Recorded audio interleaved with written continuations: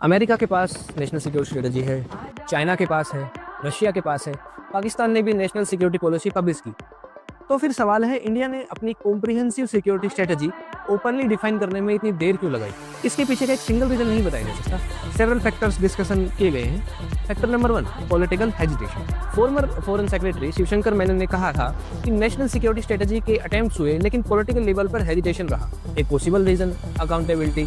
सोचिए, government publicly declare कर दे हमारे नेशनल इंटरेस्ट ये हैं, हमारे मेजर थ्रेट्स ये हैं, और हम इन सिचुएशंस में ये प्रिंसिपल फॉलो करें। फ्यूचर में गवर्नमेंट से नेचुरली सवाल पूछा जा सकता है, आपने अपनी डिक्लेयर स्ट्रेटजी के अकॉर्डिंग एक्शन क्यों नहीं लिया?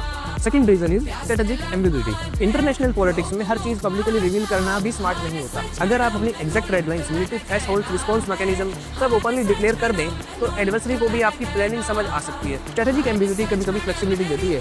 Reason number 3, civil military coordination. Historically army, navy और एयरफोर्स की अपनी इंडिविजुअल डॉक्ट्राइन्स और प्रायोरिटीज रही है, लेकिन मॉडर्न वारफेयर इंक्रीजिंगली जॉइंट है। Land, sea, air, space, cyber सब इंटरकनेक्टेड है, इसलिए यूनिफाइड स्ट्रेटेजिक थिंकिंग इंपॉर्टेंट हो जाती है। Reason number 4, strategic रिस्ट्रेंथ।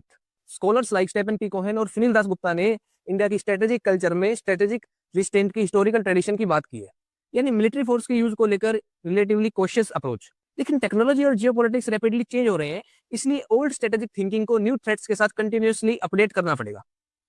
लेकिन यहाँ एक इंपॉर्टेंट काउंटर व्यू भी है। सीडीएस जनरल अनिल चौहान ने पॉइंट आउट किया है कि रिटर्न नेशनल सिक्योरिटी स्ट्रेटेजी का ना होने का मतलब ये नहीं है कि इंडिया के पास स्ट्रेटेजी नहीं है।